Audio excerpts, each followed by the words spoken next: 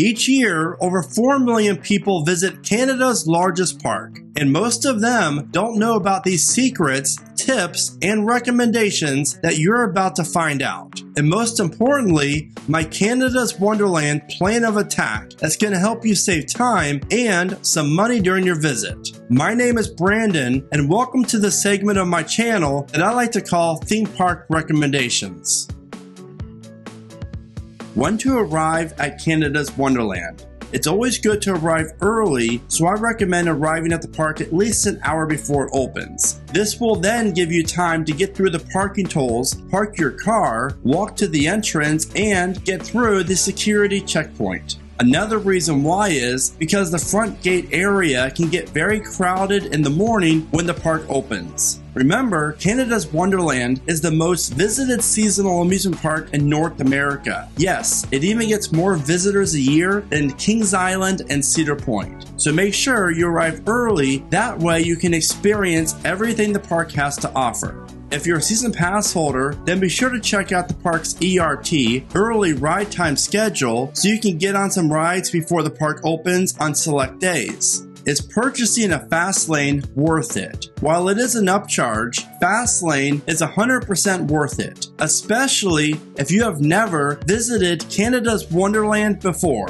Like I said, this is the most visited seasonal amusement park in all of North America. You are more likely to get everything you want to do at the park done if you purchase the fast lane. And the park has some world-class roller coasters that you need to ride more than once. But if you're not into the massive roller coasters, then here are the top 5 best non-roller coaster rides. Number 1, Sledgehammer, the only Huss giant jumping machine to exist on Earth, and it's a must ride. And here's a tip, try to get to this ride as soon as it opens for the day, because downtime is sadly common with this attraction.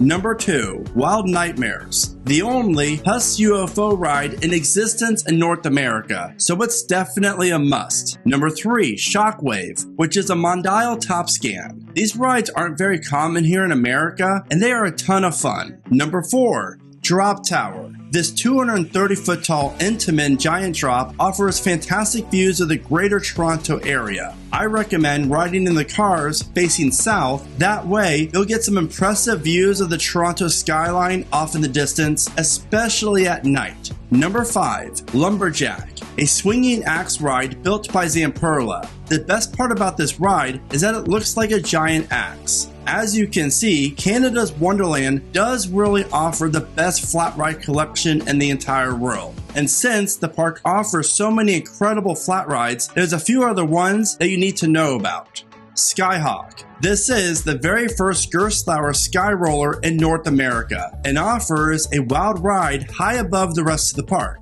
And if you're looking for the best views of Wonderland and the surrounding area, then be sure to catch some wind on the 300-foot tall Windseeker. Now, if you're finding this video to be helpful in any way, then all I ask is that you give it a like. That way, more people will be able to enjoy these recommendations and have a better overall experience at Canada's Wonderland. The top 5 best places to eat at Canada's Wonderland. Backlot Cafe. While this name sounds like a stereotypical Hollywood cafeteria, the menu is completely different as it offers a diversity of selections including Mexican, Mediterranean, Canadian, Italian, and Indian foods. Alpencheeserie. If you love mac and cheese, then this is where you'll be eating one of your meals when you're visiting the park. Talk about amazing. Also, you have to try roadside chicken because it's always one of the best places to feast while at Wonderland. And you're going to love their Mango Inferno chicken tenders and fries. Pizza Pizza is located on International Street near Wonderland Mountain and by far offers the best pizza in the park. And of course, the new restaurant venue that is opening at some point this season, which is going to offer a bunch of different food options and multi-levels of seating for your enjoyment, but the best thing is, you're going to get great views of Yukon Striker. I had the help of a friend of the channel who visits Canada's Wonderland just about every week, was nice enough to help me with this list. So a huge shout out goes to Quentin, so be sure to follow him on social media. The link will be in the description of this video. When should you visit Canada's Wonderland? The best times to visit the park is during the week in May and early June when the park is open, and during the last 2 weeks of August. Now, if you have no other choice but to visit on a weekend, again, I'd recommend investing in a fast lane, because trust me, it's going to be worth every penny. With so much to see and do at Canada's Wonderland, you might be wondering, how many days do you need? And for your first visit, I would recommend spending at least 2 days at the park to make sure that you get most things done, if you're not splurging on a fast lane. If you are, then 1 full day would be plenty. Now, if you're visiting when Splashworks is open, which is Canada's Wonderland's awesome water park, then you'll definitely need 2 days to experience everything the park offers. And speaking of Splashworks, is it worth it? You're going to find a very clean 20-acre water park with plenty of attractions for all ages that is included with park admission. So if you plan on visiting Splashworks, then get to the entrance area before it opens, because this will get you first choice on picking out your place to sit, and if you hurry, you can experience some of the park's best water slides without much of a wait. And if you're like me, then waiting in long lines isn't really your thing. So I compiled a list of attractions at Canada's Wonderland that offers the slowest moving lines. Starting off is Wonder Mountain's Guardian, which is a very unique ride. However, it does offer very low capacity and is the only ride in the park where you are required to rent a locker for any loose articles. Downtime is also common for this attraction. The Bat, which is a Vekoma boomerang that uses aerodynamic trains. And if you're a fan of boomerangs, then have at it with this roller coaster.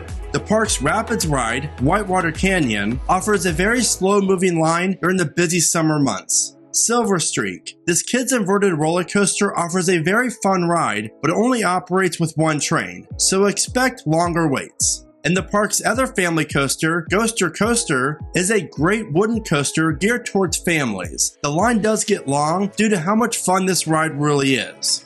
Now, as far as the attractions at Wonderland that offer the fastest moving lines, well, those would be the park's 3 B&Ms, obviously, Yukon Striker, Behemoth, and Leviathan. And did you know, at the time of this video, Canada's Wonderland offers more roller coasters than Kings Island and Cedar Point. If you're visiting Wonderland for the coasters and love night rides, then here are the best night rides that Wonderland offers. Mighty Canadian Mindbuster, which is a great night ride, especially when the lights and Splashworks are turned off. Vortex. There's something cool about being on top of Wonderland Mountain and then going through the pond area at night around Yukon Striker. Behemoth offers fantastic views of the Toronto area at night if you look left as you're going up the lift hill. Also, set between Splashworks and a big lake, offering for some very dark rides. Yukon Striker. There's not much around this coaster in terms of lights, which make night rides on the park's dive coaster an absolute must. And finally, Leviathan, a solid giga coaster during the day and an even better one at night. Plus, the eyes on Leviathan's tunnel also light up at night. What to wear? And of course, the answer is some very comfortable theme park predictions merchandise. Chances are, if you're visiting Canada's Wonderland, you're going to need a nice place to stay, and here are a few of my recommendations. Novotel Toronto Vaughan and Aloft Vaughan Mills. Both modern hotels located a walking distance from Vaughan Mills Shopping Center. There is also a bus terminal at the mall with connections to Canada's Wonderland and the nearby Vaughan Metropolitan Centre subway station, which also offers easy access to downtown Toronto. It's clear that Canada's Wonderland really does need to get digging on their new hotel. How to cool off at Canada's Wonderland. There are plenty of drink stations around the park, so be sure to purchase a drink plan, as this is very useful in the summertime because you get to refill every 15 minutes. You're also going to find 3 water rides located at the park, including Whitewater Canyon, Timberwolf Falls, and the unique Riptide. If you're planning on including Canada's Wonderland on a coaster trip, then you need to hear this advice. Avoid taking Highway 407 if all possible, because the tolls can be very expensive. And traffic in the Toronto area can be very busy during rush hour, especially the highways near the airport. So if you can, try to avoid these areas. Canada's Wonderland with kids. This massive park offers two very good kids areas, Kidsville and Planet Snoopy, that are located right next to each other. You're also going to find that there are 3 coasters geared towards kids and younger thrill seekers. On top of that, the park offers plenty of rides for any age thrill seeker. You're going to experience a top 5 kids area in the world, and once you visit, you're going to understand why. Throughout the year, Canada's Wonderland offers some great seasonal events such as Halloween Haunt, which offers haunted houses, scare zones, and rides in the dark. And for the kids, Camp Spooky, which operates during the day in the fall. You're also going to love the park's Winterfest event. But note, the only coasters open at Winterfest are the Taxi Jam and Thunder Run. Canada's Wonderland also offers some very tasty seasonal events which feature delicious food, live entertainment, and more. Where to use the restroom? Now, if your stomach is trying to take some of the fun away during your day, then try to avoid the restrooms near the park's main gift shop, since they're always packed. Throughout the park, you're going to find numerous restrooms to help you when you're in the need. Canada's Wonderland isn't all about the rides or roller coasters. The park really does offer some great live entertainment, such as the must-see Victoria Falls High Diver Show. You can watch daredevils dive from the top of the Wonderland Mountain. Also, Arthur's Bay, which features many acrobatic and dive shows in the pond located in Medieval Fair. Now here's a great question. Should you purchase a season pass? Now if you plan on visiting other Cedar Fair parks during the same year, then you need to purchase the Platinum Pass. That's going to save you money. If not, and depending on how often you visit Wonderland, you could look over the season pass options. Some of the best season pass benefits include morning ERT for pass holders on select days, option to include parking, the popular Gold Pass includes Halloween Haunt and Winterfest, discount on merchandise and foods, and the must-have dining plan, drink plan, and fun picks are available for purchase. Canada's Wonderland parking tips. It is very easy to access the main gate anywhere in the parking lot. However, the south end of the parking lot usually gets busier than the north end. And if you plan to spend the whole day at the park, I recommend parking near the exit as traffic gets busier when the park closes. And now, here is my Canada's Wonderland plan of attack that's going to save you time and most importantly, money. Arrive at the park an hour early if possible. So when the park first opens, head right to Wonder Mountain's Guardian first. Then head to Behemoth and Yukon Striker. After you ride those, then head to Backlot Stunt Coaster and work your way to the mighty Canadian Mindbuster.